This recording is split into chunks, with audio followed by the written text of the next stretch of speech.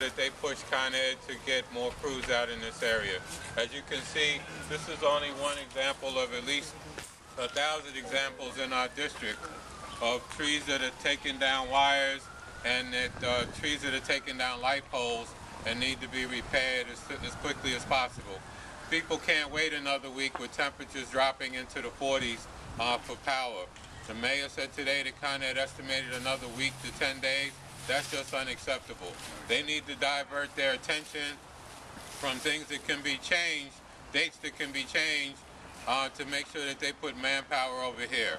We need to make sure that also that while we're praying for our friends in the Rockaways that have nothing, that they also put more police over there, because we understand that they're going through hell in the Rockaways right now. But Queens is not getting enough attention, from the Rockaways to Bayside to Forest Hills even. They're not getting enough attention, and we're getting that clarion call from people all around the borough. This is only one example of the fact that power is out. We have a ConEd that has had monitors on the scene. They're deliberately confusing the conversation between the Parks Department. We can't get to 311. Most people can't even log in because they don't have internet service. They're telling you the only way to get to 311 is to go online. But they can't get online because they don't have internet service. We have a digital divide in most of Queens. We can't get to 311. But 311 is saying, and the Parks Department is saying, that they need ConEd sign-off to remove a tree. And it's creating a problem where it's where there's no way that you can put a complaint in. They're not allowing the complaint to be registered because you can't get in 311. Our offices, Councilmember Wills, Assemblyman Scarborough, our Councilmember Mark Weprin is here, Yvonne Reddick, the Community Board District Manager, District Leader, Jackie Boyce is here, and Community Board 13, our Chair is here. District Manager is here. To all say the same thing, that this system is not working for us, and we cannot wait another 10 days in sub-zero temperatures and 30 and 40-degree temperatures. This is not fair. People are paying their ConEd bill. They took my automatic deduction yesterday. They didn't hesitate to take my automatic deduction. They're not waiting to take your money. Right? They need to make sure that they double and triple their manpower. We've been asking also for ConEd. We have people that are willing to do the work. Let them cut the trees. They're saying that they can't cut the trees. They only have to have certified crews to cut the trees. Then bring the crews in. Bring the crews in from wherever they need to do it. Right. Get them in here now.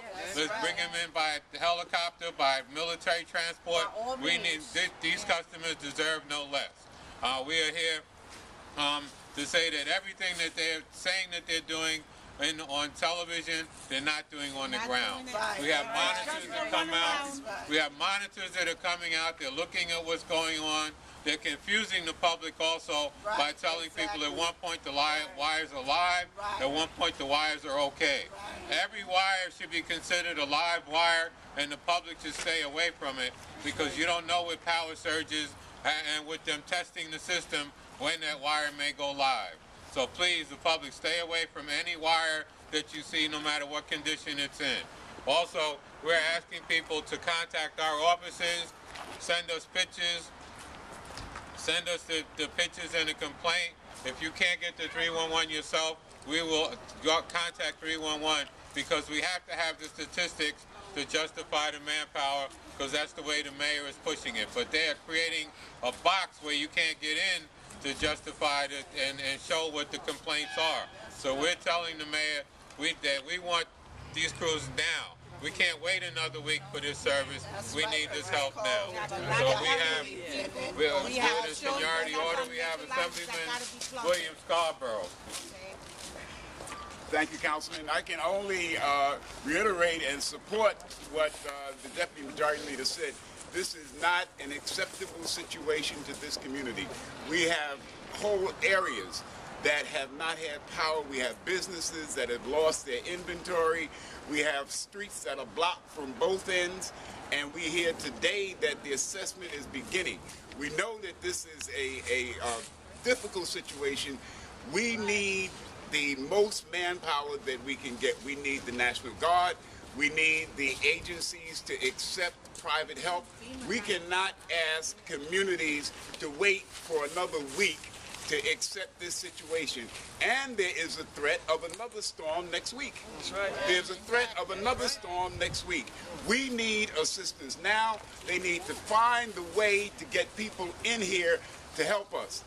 They should be more concerned about the people in this community than the marathon, if you want my opinion. Exactly, that's right. And so we are saying we need help now. We know it's a difficult situation. We know that these forces are strained, but now is the time to bring in support, to use everything that we can find to help the people of Southeast Queens, because we cannot afford to live like this for another week, nor should we have to. Thank you.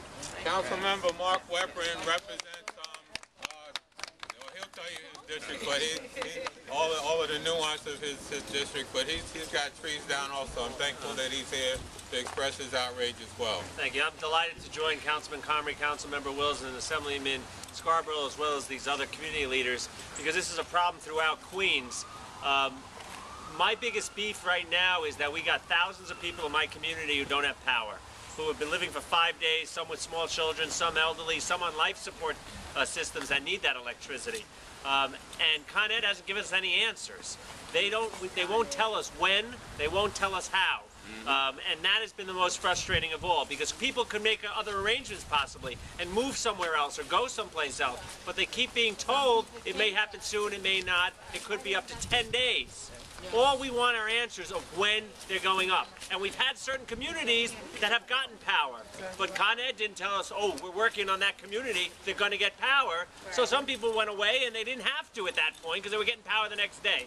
But I still got thousands, and they're getting angry. And we have people who live right here on this block, and because this power line is down and this tree is down, they don't have power, and that's outrageous. We feel very, very, very empathetic to what's going on in other parts of the city, and we feel very lucky in some ways that we aren't as bad off as they are. But that doesn't mean that we are well off, and it doesn't mean that we should be ignored long term, and we need the services as well. And we need the power back to these thousands and thousands of residents, and we need to get some type of semblance of normalcy around here by getting rid of these trees and giving people back their lives, because they're suffering, and we got to work together. And I agree with Assemblyman Scarborough and all the constituents I'm hearing from, that to have a marathon is just such a terrible slap in the face to people like these ladies who are sitting without power in some places where they have no water, and they're going to be handing out water to runners as they go by. Why you couldn't wait a week to have a marathon, I don't understand. But this is a problem that needs to be addressed, and I'm really thankful to my colleague Ruben Wills and Leroy Comrie for calling this press conference. Thank you. Now we're here from thank you, Mark. Now we're here from Councilmember Ruben Wills. We've been joined by District Leaders Leslie Spigner and Archie Spigner. You know, I want to thank Councilman Comrie first for leadership on this issue. This is my district, and me and the councilman have been out since the very first day of the storm, removing trees. He actually had a 14-foot branch drop and bang him in the shoulder, and he was bruised up really bad. But we haven't stopped working, and it's a shame when we get Con Edison, because I don't want to be political. Con Edison is lying to us, and it's a shame that they're being allowed to lie to us over and over and over again. The Parks Department is doing the job that they're supposed to do. The first day we had this storm, the next day we were out, we spoke directly to the Parks Department. We had 8 trees removed from one street, just dealing with the Parks Department. As soon as Con Edison got into it, the whole process got convoluted.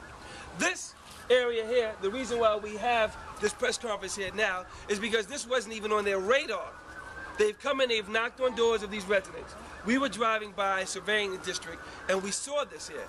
This is ridiculous. You have a power line, a pole down on top of a car, and on top of a tree, on the next block there's another tree. And for Con Edison to have it and not have it in the 311 queue, along with about 25 others that we discovered yesterday, Parks Department had no idea about it, which means there was no tree service coming out to cut this. This is neglect. This is lying. We have a law that states that if a landowner or a landlord doesn't provide heat and electricity and hot water, when that temperature outside drops below a certain degree, we go in and we fix it and we find that landlord. So I'm calling on the city to do the same thing to Con Edison. If Con Edison does not have our power on by tomorrow, We should ask them because the temperature has dropped. Everybody has been cold. The temperature has dropped. We have no hot water. There's no heat in these homes. We should find Con Edison per every single household because the only way they're going to understand it is if they hit them in the pocketbook. How dare you take out automatic debits? How dare you ask people for their bills to be paid in a timely fashion, or you're going to send out threatening notices to cut off their electrical to the same people here that you're victimizing? We need to get Con Edison on it. They say they're on it. We need to get them on it. We need them on the ground in Southeast Queens. Far Rockaway is a disaster area.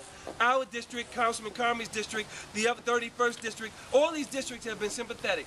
We understand that our brothers and sisters, that our loved ones live in Far Rockaway and Breezy Point. But we also want the services that we're supposed to have here. We don't want to hear about another marathon. We don't want to hear about a turkey run. If you're ringing the bell at the stock exchange, we want some power here so some doorbells can ring in Southeast Queens. All right. Thank you. Again,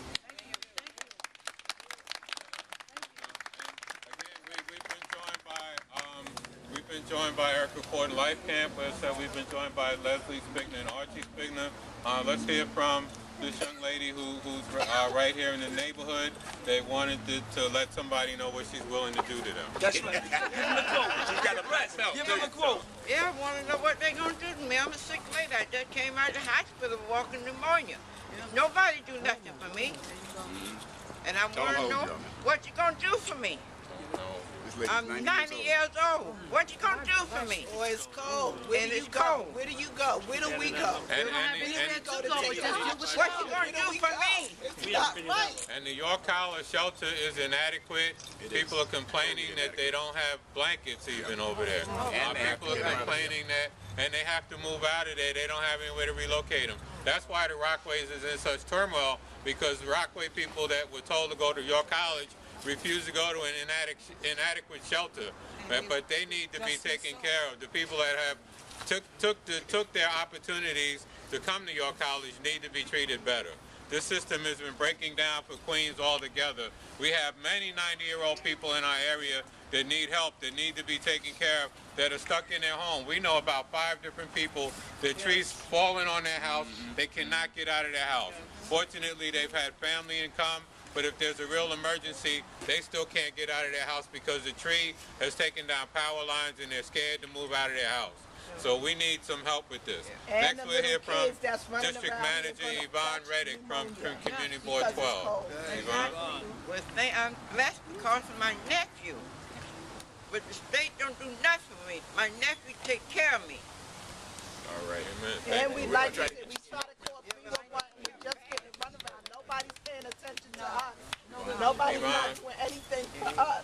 And it's not right. It's not. It's not. Some people even have to leave their own home. My daughter last night suffered an asthma attack. I had no lights, nothing to give her, no help. I had to bang on somebody's door. Thank God they had a generator so I can give my daughter treatment. I'm watching my daughter on the bed. We've been asking for generators because we have people that have breathing apparatus that need help. We haven't gotten one generator in this area. They should not put any generators up for the marathon until they put generators in the area where they know they have the highest issues of asthma and illness in the area. If they put up one generator for the marathon before they put any generators in this area, we need to shut down the marathon. Sorry, enough already. We don't need to. We have people that have been asking for breathing apparatus. The one shelter that we have is inadequate. The other shelter, PS 136, that they set up, the school has no power. We need generators in our community now for the people that need the help breathing, for people that need to get their power, for people that just want to charge up their portable breathing machines or come and get a couple of hours opportunity to breathe. People can't, fortunately, people can't use their cell phones because their power is going dry. We need generators in this area. Not one generator should be set up for the marathon until we have generators.